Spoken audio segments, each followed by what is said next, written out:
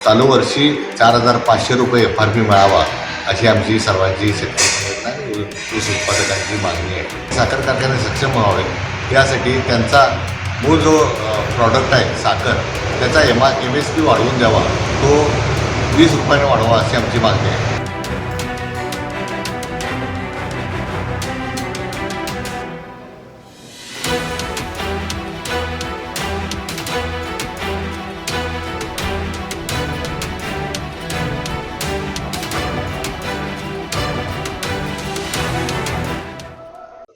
विशेषतः महात्मा गांधींनी सांगितलेलं अन्न त्यागा म्हणजे सत्याग्रहाचं तंत्र त्यांनी वेगवेगळ्या प्रश्नावर अवलंबून आहे. विशेषतः यावेळी शेतकऱ्यांचे साखर कारखाने या विषयावर शासनाचं लक्ष वेधावं त्यांनी गेले मला वाटते 4 दिवस अन्नत्याग आणि आंदोलन सुरू केलं. खरं म्हटलं तर एक शेतकरी म्हणून मी त्यांचं अभिनंदन करत असताना मित्र म्हणून मला त्यांची काळजीही वाटते. तर ज्या पद्धतीनं त्यांनी विषय मांडलेले आहेत त्या विषयाला आम्ही शेतकरी म्हणून सुद्धा पाठिंबा देतो. एका कारखान्याचा चेअरमन म्हणून सुद्धा मी त्यांना पाठिंबा देतो, एक कार्यकर्ता म्हणून पाठिंबा देतो. तर पाठिंबा देत असताना अतिशय गांभीर्याचे विषय त्यांनी मांडलेले आहेत. विशेषतः शेतीप्रधान देश आम्ही म्हणतो आहे, तर या शेतीप्रधान देशामध्ये शेतीकडे म्हणावं तेवढं लक्ष आता सरकारचं राहिलेलं नाही आणि सरकारची भूमिका सरकारनं बजावलीच पाहिजे. पण त्याचबरोबर सामान्य माणसाला सुद्धा शेतीकडे अधिक गांभीर्यानं बघितलं पाहिजे. आपल्याला वारसा हक्कानं खरं म्हटलं तर शेती प्राप्त झाली. आपल्या वाडवडिलांनी शेती घेऊन ठेवली होती. त्याच्यानंतरच्या पुढीनं कुठेतरी पाणीपुरवठ्याच्या स्कीम केल्या. त्यानंतरच्या काळामध्ये सुद्धा आधुनिकीकरण खरं म्हटलं आपण शेतीमध्ये केलं नाही. आणि जे उत्पादित भाव जो आपला माल तयार होतो आहे त्याला सुद्धा चांगला दर मिळाला पाहिजे म्हणून शेतकरी संघटना सातत्यानं प्रयत्न करते. विशेषतः या ज्या गावामध्ये आंदोलन होतं आहे या गावचे सहकारातले एक नेते आमचे ज्येष्ठ सहकारी आनंदरावजी पाटील सोयकर सातत्यानं गोकुळ दूध संघामध्ये असताना म्हणायचे की उत्पादन खर्चावर आधारित भाव दुधामध्ये असेल इतर धंद्यामध्ये असेल मिळाला पाहिजे. त्याच पद्धतीचा प्रश्न गेले अनेक शतकं या देशामध्ये आहे. खरं म्हटलं तर हा देश शेतकरी शेतीप्रधान देश आहे. शेतीवर आधारित अशा पद्धतीची अर्थव्यवस्था आपली आहे तरीसुद्धा म्हणावे त्या पद्धतीने लक्ष दिलं जात नाही. आणि म्हणून माणिक पाटलांनी जे विषय उपस्थित केले त्याची चर्चा परवा देशाचे सहकार मंत्री अमित शाह साहेब आले होते. त्यांना कारखानदारांच्या वतीनं आम्ही त्यांना दिलं.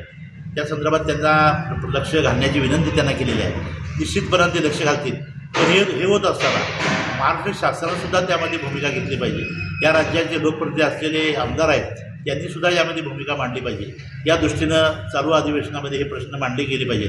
या दृष्टीनं हे अन्नत्याग आंदोलनाचं महत्त्व वेगळ्या दृष्टीनं आहे. आणि म्हणून या जिल्ह्यातल्या लोकप्रतिनिधींना त्यांनी दिलेल्या निवेदनाप्रमाणे मी माहिती देण्याचा प्रयत्न केला.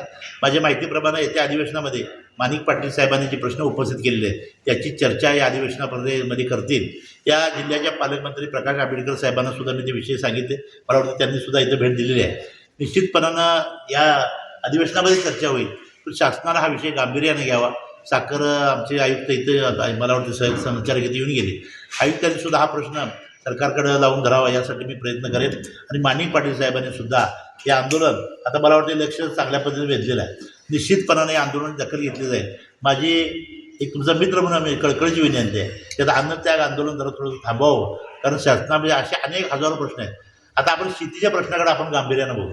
शेती असतील, शेतकरी असतील, साखर कारखाने असतील आणि सरकार असेल, त्या सगळ्यांना जाग आणायची असेल तुमच्या आमच्या सामुदायिक प्रयत्नानं मी सगळ्याच कारखान्याच्या चेअरमनना विनंती करेन की सामुदायिक अशा पद्धतीने एक चांगल्या पद्धतीने एक मेळावा आपण घेऊया ज्यायोगे सरकारला अधिक गांभीर्यानं या विषयाकडे लक्ष देता येईल.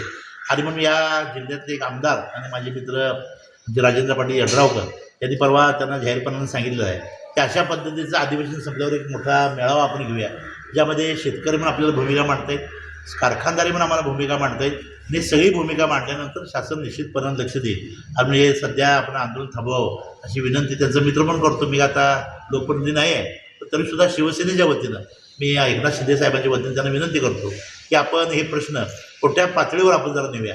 कारण आपण मोठ्या इथं आपण आंदोलन केला, मराठा आंदोलनामध्ये सुद्धा आपण भूमिका घेतली होती. पण याचबरोबर सामुदायिकपणानं हा प्रश्न सुद्धा आपण हातामध्ये घेतला तर निश्चितपणानं अधिक लक्ष शासनाचं जाईल एवढी विनंती करतो.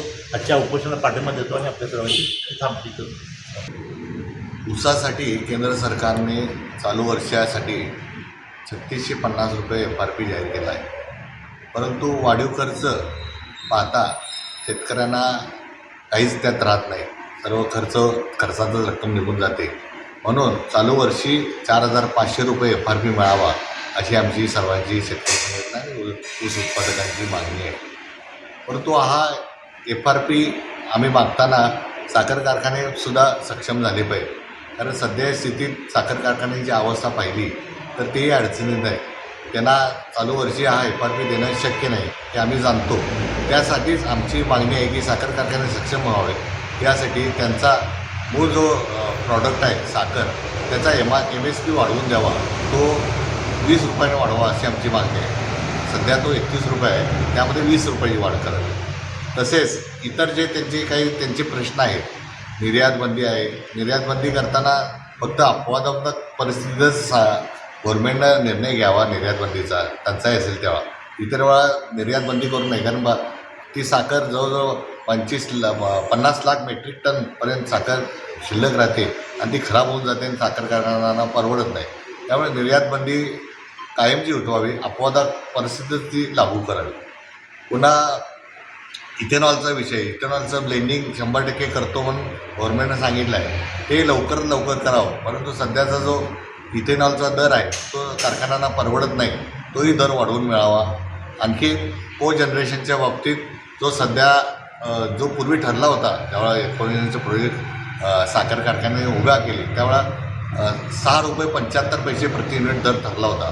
परंतु नंतर तो कमी करण्यात आलेला आहे आणि तो कमी केलेला दर परवडत नसल्यामुळे जनरेशन प्रोजेक्टसुद्धा अडचण झाला आहे. या आमच्या मागण्या आहेत त्या शासनानं स्वीकाराव्यात.